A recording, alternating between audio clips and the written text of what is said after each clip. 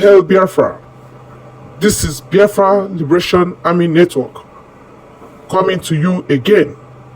Please do subscribe, like, share, and comment. The long-awaited address of our Prime Minister from Helsinki. Yeah, it is happening today live. You don't need to miss it. Please let me link you up to what our Prime Minister told the whole world. That is what we should look out for. And that is what we should be expecting in the coming days. Biafra has gone out of Nigeria.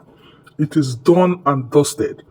Listen to him, and I'll be here with you listening to him, and I'll be right back for the analysis. Thank you. The terrorist country called Nigeria will continue to go down until the declaration of Biafra. I want every one of you to understand that you have done a very great job. Very, very great job.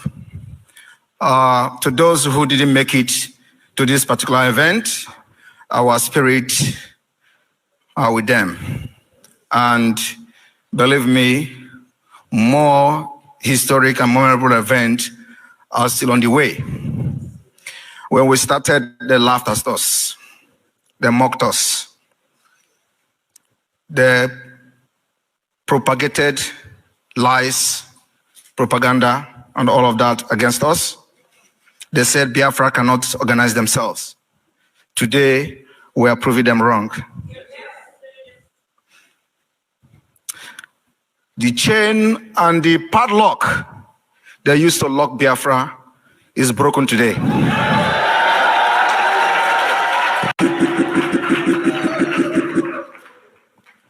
Whatever anybody say here is an individual opinion. What binds us is going to be the charter of the Confederating State of Biafra. Whatever you see in that charter is what stands. That is what binds us. Irrespective of our differences, irrespective of whatever, wherever we come from, the charter becomes the law of Biafra until the Biafra Declaration. We have been killed, molested, butchered. Our communities have been razed down, burned down by the Nigeria state-sponsored terrorists. The Boko Haram have infiltrated Nigeria military, Nigeria police, the DSS, and everybody knows that. And the reason they do that is to invent and take over our land and convert us into Islam. The Islamic movement. We are not against Islam as a religion, but we are against terrorists who cannot just let us be. Before 2021, we had no arms to defend ourselves. They came, they killed. Since after the war, we have paid the biggest price in Nigeria.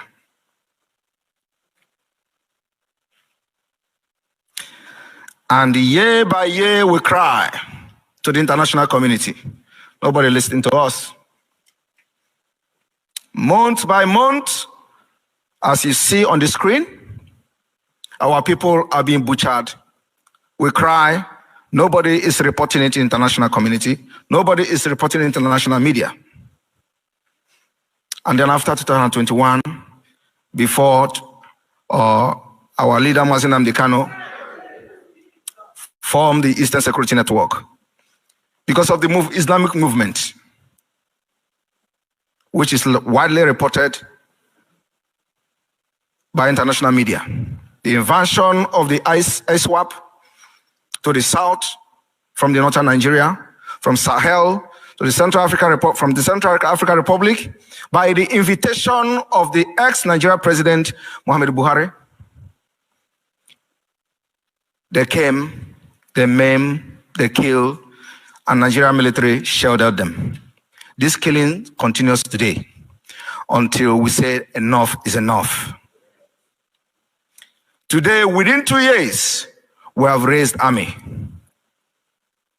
Within 2 years, we've raised resistance fighters. Within 2 years, we have arms, sophisticated arms to protect our land.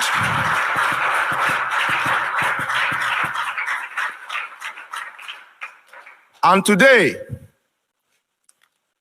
we are not being killed like that again.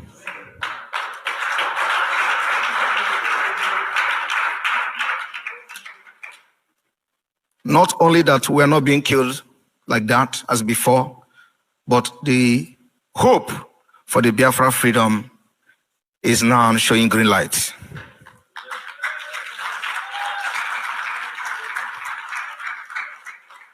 And let me tell you, we have just started. We will burn Nigeria down. If that is what it requires to protect our people, protect our land, we will burn them down. And after that, Biafra will come. I want you to understand that if you want peace, you prepare for war. What I've seen for the past 2 years is nothing to write home about. It is not anywhere in the media. Our people are being butchered, head chopped off by the people who are supposed to be protecting those people.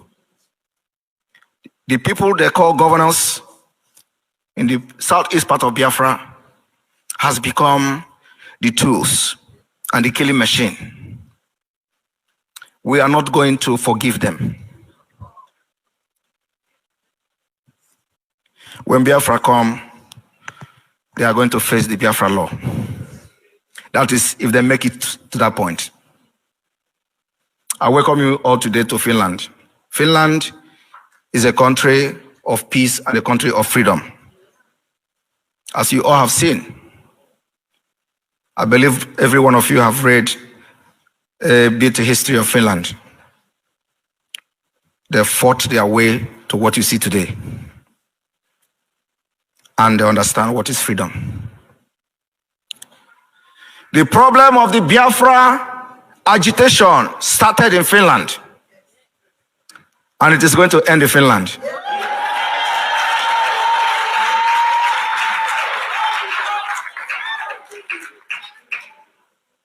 When it started, it was like a joke.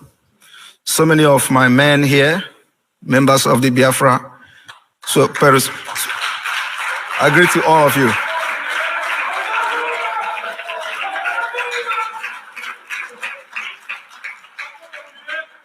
Yes, these are the men that make everything you see today possible because they stood their ground.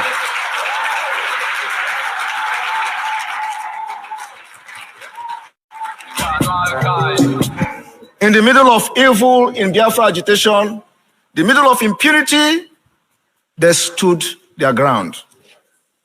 That enough is enough. They single-handedly fought the DOS internally before we come out publicly. That's what happened. And so everything started in Finland and is going to end in Finland. Especially this man seated here called Kinsley.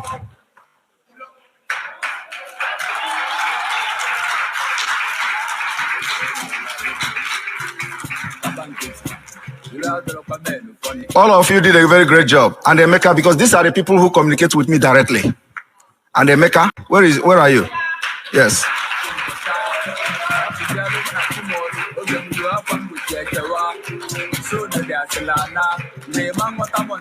And then we have one of our Ishiaki elder called Clement Anyebu.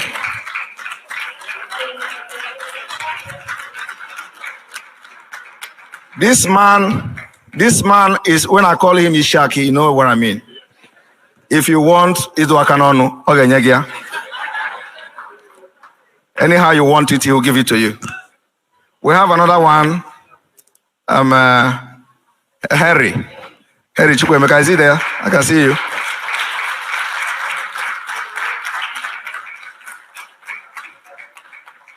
And then we have Ifeanyi Oporo. Where is Ifeanyi? You see, and then where is our coordinator? Yes, yeah.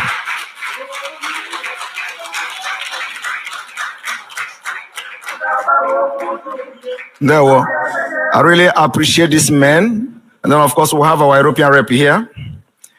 These are the people who stood their ground, fought secretly in Finland for us to come out at the end of the day, for what is happening now to start happening. And then, of course, every member of the cabinet, I want to thank all of you, the ministers that are here, from the beginning to the end. All of you are special. The reason why I am singling out Finland is not because they are better than you. No. As a matter of fact, the Biafra government in Heza cabinet is all at this point. So if you are if you're a member of the Biafra cabinet, you are like a diamond. Thank you.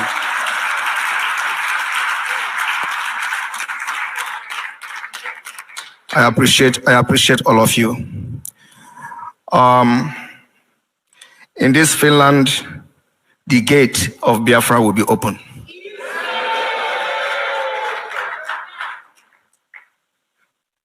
Remember that they are going to laugh you, they are going to mock you, they are going to doubt you, and then they will fight you, and then you win. That is the process. The stage we are now is the stage of fighting, and they are fighting us, and we're winning them. And I want you to understand the process, how this freedom is going to come. We are going to delegitimize Nigeria from the government to the security apparatus that are terrorists. After delegitimizing them, cutting their legs and hand. And by the time we declare Biafra, nobody will summon courage to shoot a gun.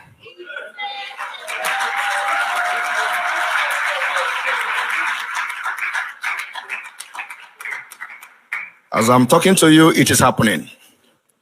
We defeat them every day. They come and they go in pain. Unlike before when they come to burn our villages unchallenged. Now they come and they meet resistance. A very powerful one. I want also to thank this man here, who is seated here. Yes.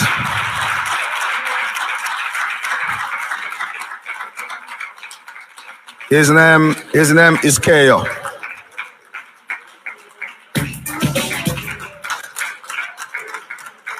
Mr. Keyo. Thank you.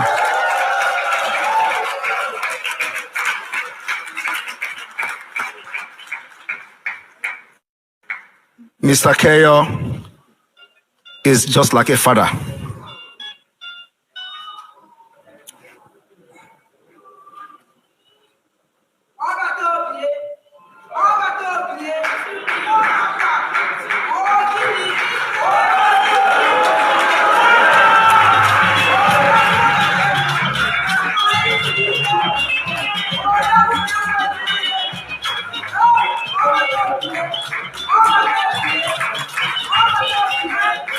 Mr.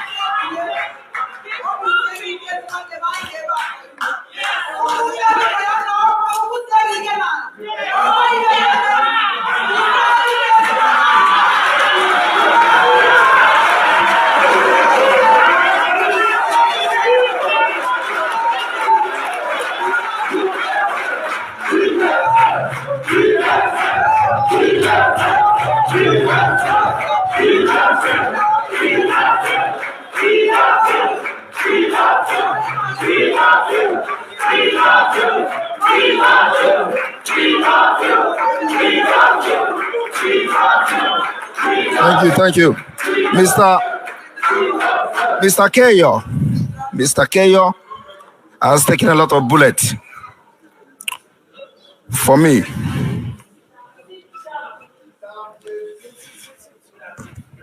Because he understands what is going on better than any other person. He has been with me since the time he met me to this point, and he believed in me. Mr. Keyo is the secretary of the UPF in Finland.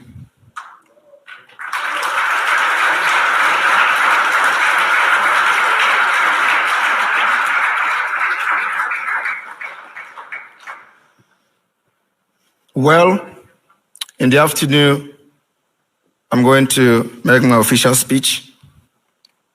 which will address a lot of things. I just want to welcome every one of you to Finland.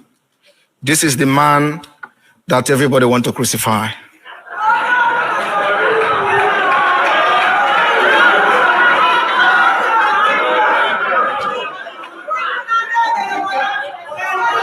And like I said, God is going to use me to end Nigeria. Thank you. You are welcome. That even though some people refer Nigeria, that we produce the mineral resources, the natural resources, crude oil, I can tell you there's no water, no pipe-borne water in Nigeria today, nowhere. If you build a house today, you have to dig a borehole and connect it to the house. No single water yet. We have all these natural resources being milked from Biafra territory. That has to stop, and we have stopped it.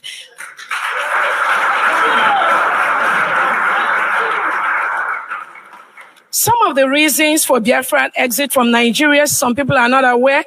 Biafran seeks to exit Nigeria because of what we call the dangerous diversity that exists in the country and the forceful amalgamation of the northern southern Nigeria by the British without the consent of the regions of Nigerians involved. There is no common law or constitution in Nigeria. I've not seen a country where we have two laws that guide the country. You have the Sharia law in the northern part of Nigeria, and you have the regular constitution in the southern part of Nigeria. Some of you remember the story of Deborah, the Christian girl that was stoned to death in the northern part of Nigeria. Because the family, they were Christians living in the northern part of Nigeria, but because she is a Christian, she's not used to the law of the Muslim, she was stoned to death in public. And nobody, the government, they did not think about that. So this is the dangerous diversity we're seeing that made Biafra to exit Nigeria. You cannot have two laws in one country. In the north, they are practicing Sharia. In the south, it's just a regular law. And the Christians that live in the northern part of Nigeria, they are forced to go by the rules of the Sharia. If they don't do that, they kill them. That's why you have massive killings and burial of innocent Nigerians every day, mass burial. Because if you don't believe in Sharia and you live in the northern part of the world of Nigeria, you are forced to live with that. We have no common culture, no common language, no common religion, no common ideology. Above all, the government in power polarizes these divisions and dangerous diversity through the laws they promote, the policies they make, and actions they take. I've never seen a country where the government rehabilitates and reintegrates non-terrorists into the system. How do you expect that country to function? And that's part of the thing Biafra has said. We do not want to be part of a country that rehabilitates and reintegrates terrorists into the police, the army, all the security apparatus. And they engineer them to go after those that want their freedom. That must stop.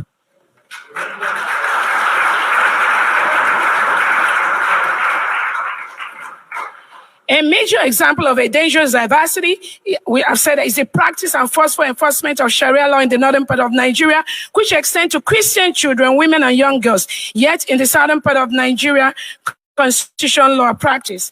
We all know about the Deborah, the young Christian girl that was killed and stoned to death. You can dramatically lower the chances of a burglary by protecting your home with a Verisure smart alarm. With Verisure, you know you're in good hands. We are the fastest growing alarm company in the UK and have an excellent rating on Trustpilot with over 10,000 reviews. Most importantly, our system is connected to our UK-based alarm receiving centre, where a huge team of agents deal with all laws like the rehabilitation and the reintegration of non-terrorists into the system. They voted and it passed. And mostly it passed because of the systemic thing that have been on for the past 100 years. We've been through this system. And there's no way you can introduce any law in the Nigerian system if it does not favor the powers that be, if it does not favor a particular religion, they will vote it down because they've systemically put most of their members, majority of their members' cultures into the Nigerian legislators. Biafra met the criteria to be recognized as a country based on the 1933 New World Summit in Montevideo, Uruguay, which convened with 18 U.S. nations and South America and the Caribbean. We are a nation. Biafra has met the criteria. We have a cultural identity shared by our people. We have a permanent scheduled population. We have a defined territory, geographical area, which our men on ground are guarding jealously. We have ability to enter into relationship with other countries' government. The government, Biafra government in exile by extension, the Biafra de facto government at homeland. We are the one in charge of our territory at this time.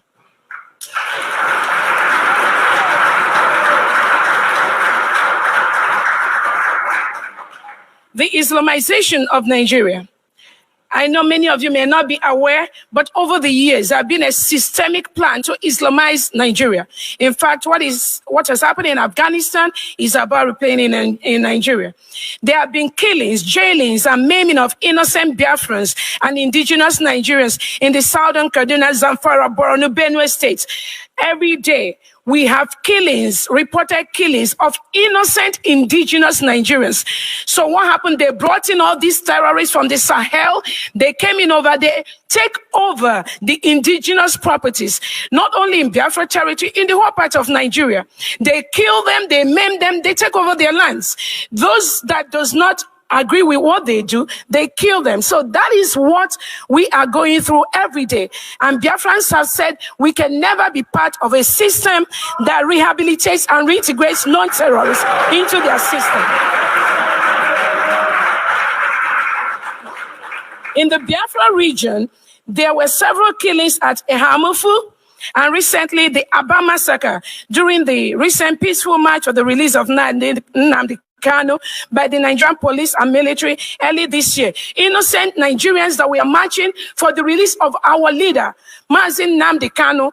The Nigerian government connived with the southeastern governors and they massacred over 40 innocent Biafrans just for marching. That is why our Prime Minister has said, we are not going to march again because when we march, they kill us. So we are going to defend our country. Self-defense is allowed. The law allows that.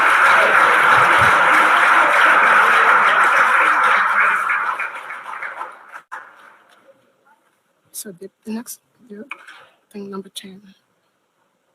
Okay. So recently we have 150 peaceful protesters killed in chilling crackdown. Acid was sprayed on Biafrans that called for a referendum. This happened in November 24, 2016. There was a Hamufu killing on December 18, 2022 by Fulani herders. Over 50 Biafrans, including women and children, were killed.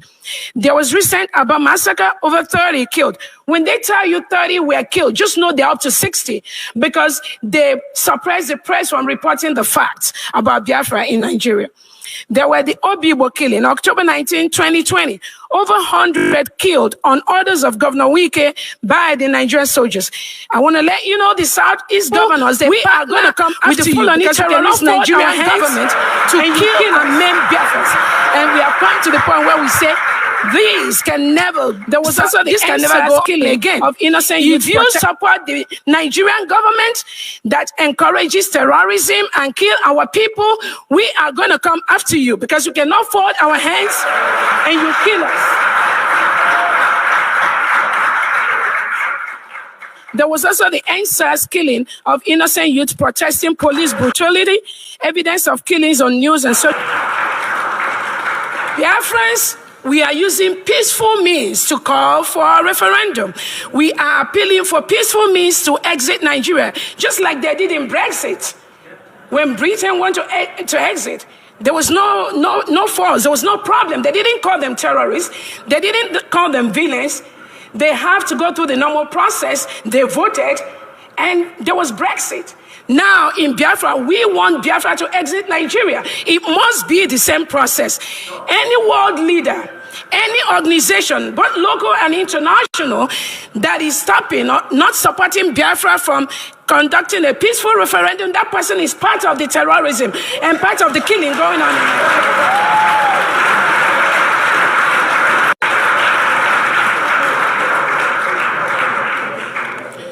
We are using civil disobedience. We have executed successful Monday sit at home in the whole Biafra territory. Thanks to our able Prime Minister, Simon Ekpa. The Monday sit at home has been successful for the past 2 years in all parts of Biafra. The Nigerian government has been fighting the Monday sit at home. The Southeast governors who collude with the Nigerian government has been fighting the Monday sit at home. The other part of the DOS, the different parts of the agitators that are not the real one, and these are the people that are supposed to have worked with our leader, Nnamdi Kanu, they fought the Monday sit at home. So that shows us who is the real person that is fighting for Biafra restoration. No other person than all of you here and our Prime Minister, Simon Ekpa.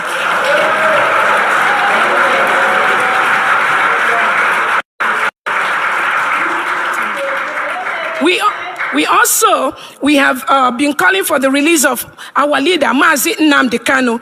He is the leader of Biafra. He was forcefully kidnapped from Kenya, moved back to Nigeria without the due process. That leader has defeated Nigerian government in almost 3 courts. And the United Nations, a committee was set up and they've ordered the release of Nnamdi Kanu. Till today, Nnamdi Kanu is languishing in Nigerian jail, held by this terrorist Nigerian government. And the Biafrans have said, no, you hold Nnamdi Kanu.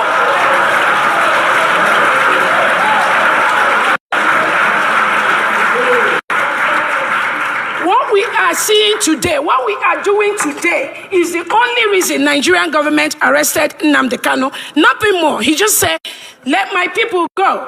But we are telling Nigerian government, the Southeast governors, their agents that work with them today, the arrest of Nnamdi Kanu, the kidnap of Nnamdi Kanu has made Biafra to be here today. And there's nothing they can do to stop it.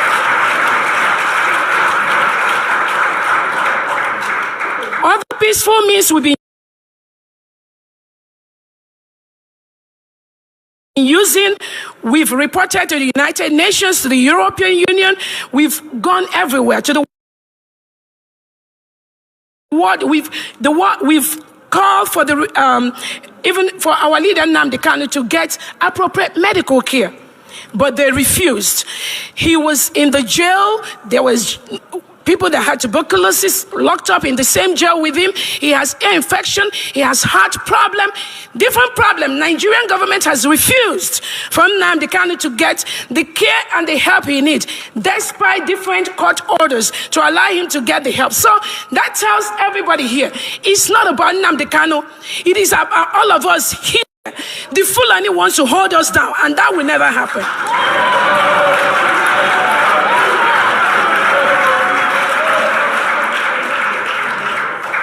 The injustices that have been meted out to Biafrans over the years cannot continue anymore. The United Nations Working Group on Arbitrary Detention of Nnamdi Kanu, of which Nigeria is a member state, states that he has human rights obligations above the regional and universal levels. The committee has recommended immediate release of Nnamdi Kanu unconditionally and to reimburse him with adequate compensation for the arbitrary violation of his fundamental human rights. This is United Nations that gave this order. But has Nigeria obeyed it? Did the Nigerian government and senators, did they obey this United Nations? So how do they expect us to follow the law of the United Nations when they don't follow the laws of the United Nations?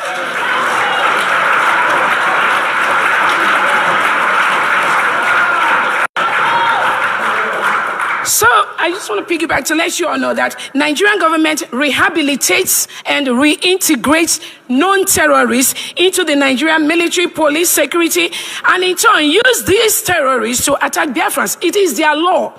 They sat down, they voted. Majority carried the vote. Because they were a majority, they voted, and it's happening today.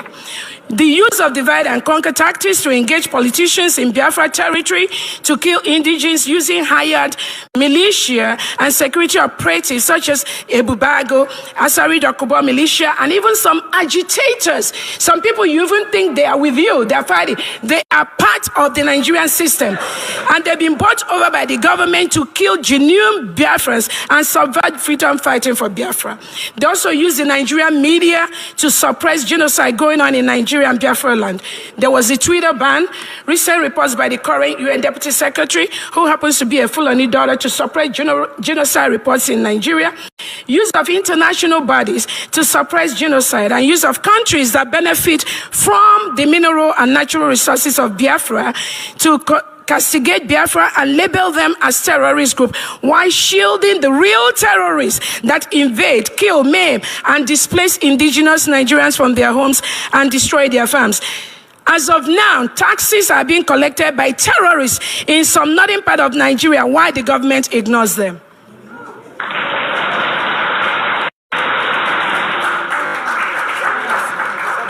Okay. Please, everybody here, I know I have to say this last one. We have to help stop the massacre of innocent Biafrans and Nigerians by rehabilitating reintegrated terrorists of the state. Help Biafra exit a terrorist state. Help us defend our lands. Help Biafra stop the killing of innocent children, women, and youths by the Nigerian government and their agent. Help us attain our independence to maximize the potential of Biafran people. Thank you so much, and may God bless. Wonderful, wonderful, wonderful. This has been a very wonderful day, a great day indeed. Prime Minister, you have made us proud. God bless you. Chukwu okike abịama nọnyere gị, nọnyere the whole ministers, nọnyere everybody, Umada and every other person. God be with you all. God lead you coming and going. All right?